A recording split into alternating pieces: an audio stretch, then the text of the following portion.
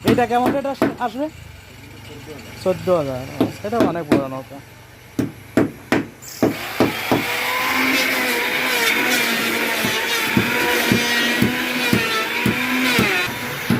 তো সুপ্রিয় দর্শক, আমি এসেছি আজ কুমারঘাটায়।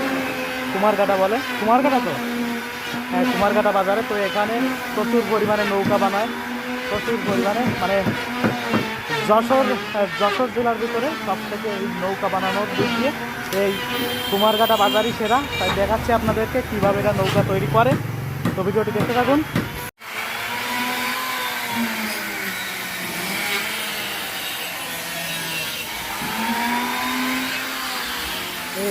এইটা অনেক বড় না? হ্যাঁ।